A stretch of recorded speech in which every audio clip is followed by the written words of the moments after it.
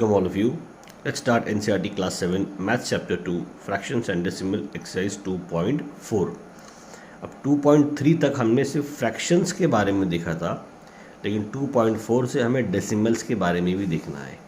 तो हमारे 2.4 में जो क्वेश्चन हमको दिए गए, यहाँ सब मल्टीप्लिकेशन ऑफ डेसिमल्स दिए गए। अब इसमें डेसिमल का मल्टीप्लिकेशन होल नंबर से भी हो सकता है और डेसिमल का मल्टीप्लिकेशन डेसिमल से भी हो सकता है।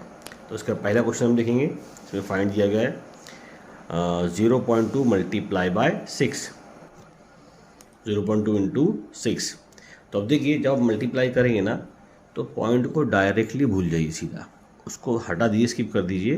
देखिए क्या दिख रहा है हमारे को, 2 मल्टीप्लाई बाय 6 दे रहा है। तो 2 से कितना होता है, होता है 12। अब मल्टीप्लाई करने से पहले कितने डेसिमल थे, डेसिमल मतलब डेसिमल के बाद कितने नंबर्स थे, तो बाद में सिर्फ एक नंबर था। तो हम जो पॉइंट गिनते हैं ना, हम हमेशा राइट से गिनते हैं। तो राइट साइड से कितने नंबर ऑफ पॉइंट है, एक नंबर। तो आंसर में भी एक नंबर के बाद ही पॉइंट आएगा। यही होगा आपका इसका आंसर। ज़्यादा इसमें दिमाग लगाने की ज़रूरत नहीं है, बहुत सिंपल सा काम है। यहाँ भी देख लीजिए, डायरेक्ट भूल लो सीधा उसको कि पॉइंट है यहाँ पर। 8 6 48 carry on 4, 8 4 32, 32 plus 4 that is 36। Point एक नंबर के बाद ही अभी समझ लो कि पॉइंट का एक ही डेसिमल है, तो आखिरी से एक नंबर छोड़ के यहाँ पर डेसिमल लगा दिए, यानी एक नंबर यहाँ से भी एक नंबर। ऐसा हमारा आंसर आएगा।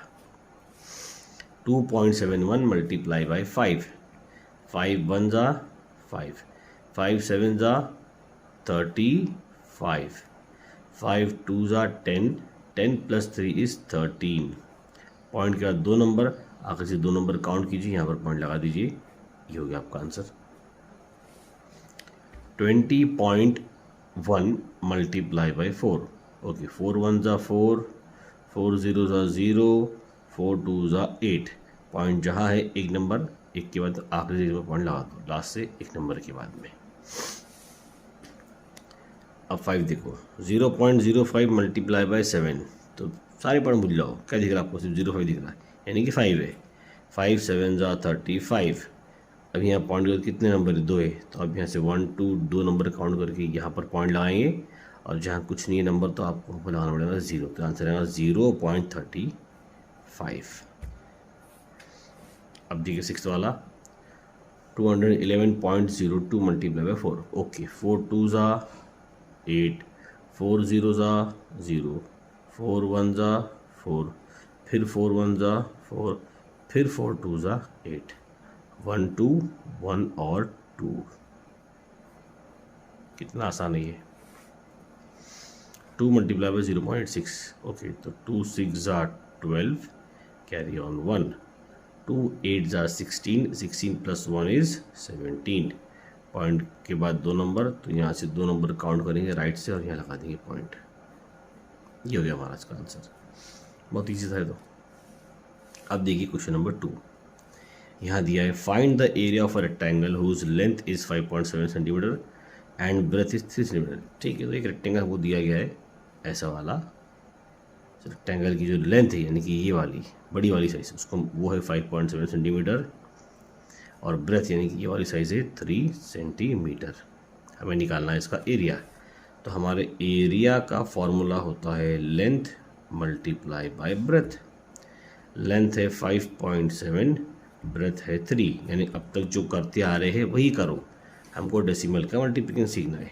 तो मैं इसको यहाँ लिखता हूँ, 3 7 21 कैरी ऑन 2, 3 5 15, 15 प्लस 2 इज़ 17। एक नंबर के बाद पॉइंट है, तो यहाँ पर पॉइंट लगा दीजिए। अब देखिए, जब एरिया आपने निकाला है तो ये सेंटीमीटर में सेंटीमीटर है, तो सेंटीमीटर का मल्टीप्लाई भी सेंटीमीटर से होगा। नंबर से मल्टीप्लाई हुआ, यूनिट से होगा, तो आपका आंसर आएगा centimetre that is centimetre square. ये रहेगा हमारा इसका आंसर। यूनिट लगाना मत भूलना इसके अंदर। ओके, क्वेश्चन नंबर 2 हो गया। अब आइए क्वेश्चन नंबर 3 की तरफ। अब यहाँ पर आपको क्या दिया, देखिए डेसिमल का मल्टीप्लाई करना है आपको 10 या उसके मल्टीपल से, यानी 10 100, यहाँ पर 100 भी है और यहाँ पर 1000 भी है। तो देखिए बहुत ही आसान सा होता है।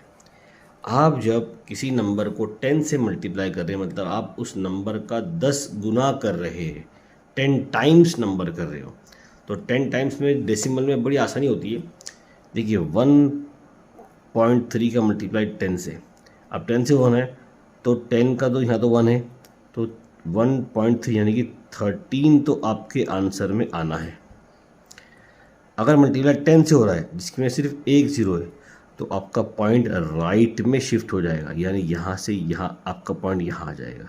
आखिर में उसमें ज़ीरो लगा दो। अब 13.0 पॉइंट के बाद में अगर ज़ीरो आए और आखिरी में ज़ीरो आए तो उसका कोई महत्व नहीं होता है, आपका आंसर होगा सिर्फ और सिर्फ 13। इसका एक तरीका और है, उसको आप देख लीजिए, वो ऐसा होगा, उसको यहाँ आपको बताता हूँ मैं, या इसी को समझ लो यहीं पर ही। ये जो 1.3 है और मल्टीप्लाई बाय 10 करना है, तो देखिए जब आपको अगर पॉइंट को फ्रैक्शन में करना हो तो हम क्या करते हैं, इस पॉइंट को हटा करके पॉइंट के बाद कितने नंबर है, सिर्फ एक नंबर है, तो नीचे 1 के साथ में एक ज़ीरो लगा दो। 1 तो हमेशा रहेगा, अपॉन में 1 तो रहेगा ही रहेगा, तो ये पॉइंट हट गया। अब क्या बन गया, 13/10, तो ये बन गया आपका फ्रैक्शन, इम्प्रॉपर फ्रैक्शन। तो 13/10 मल्टीप्लाई बाय 10, तो 10 से 10 कट गया, बचा क्या सिर्फ हमारा, सिर्फ और सिर्फ 13।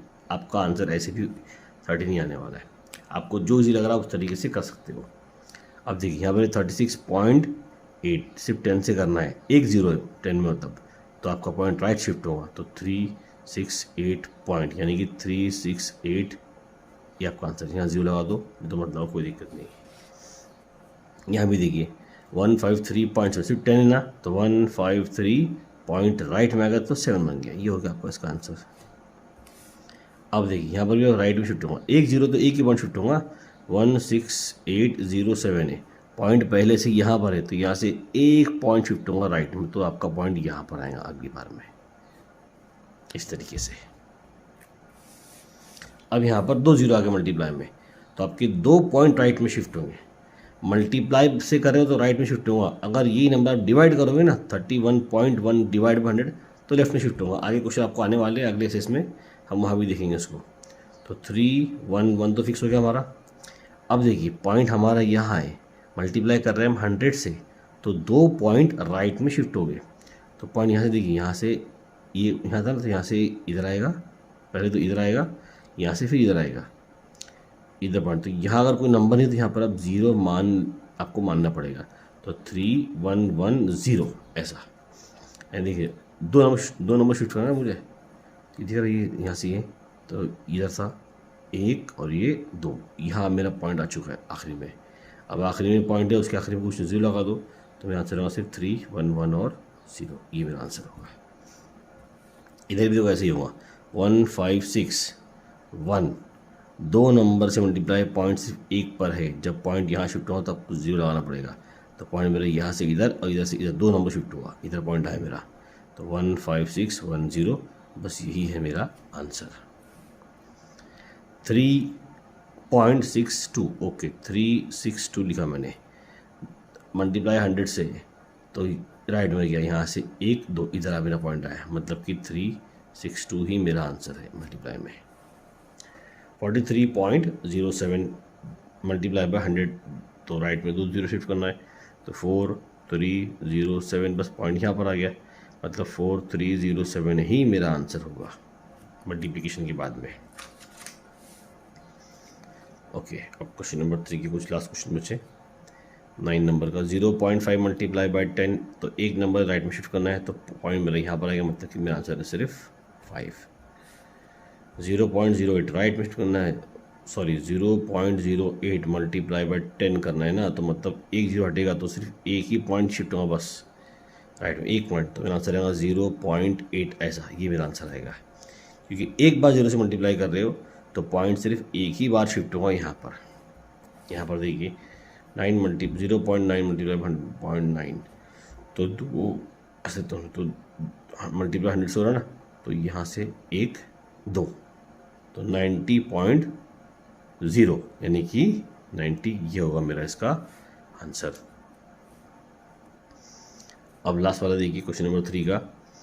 0.03 इंटू 1000, ओके 0.03, और आगे में 1 2 लगा देता हूँ मैं ताकि मुझे आसानी हो। 1 2 3 3 0 है, तो पॉइंट कितना शिफ्ट होगा राइट में 3, यहाँ से देखिए 1 2 3 पॉइंट मेरा यहाँ पर आएगा। तो 0 3 0 अब देखिए इसके पहले का 0 मतलब कुछ नहीं, पॉइंट के बाद 0 मतलब कुछ नहीं, तो आंसर कितना सिर्फ और सिर्फ 30। तो ये है हमारा क्वेश्चन नंबर 3 के 12th वाले का आंसर। हमने एक्सरसाइज 2.4 के टोटल 3 क्वेश्चन कर लिए, इसमें 2 क्वेश्चन और है, वो हम नेक्स्ट वीडियो के अंदर कंटिन्यू करेंगे। आई होप जो मैंने आपको समझाया वो आपको समझ में आया होगा।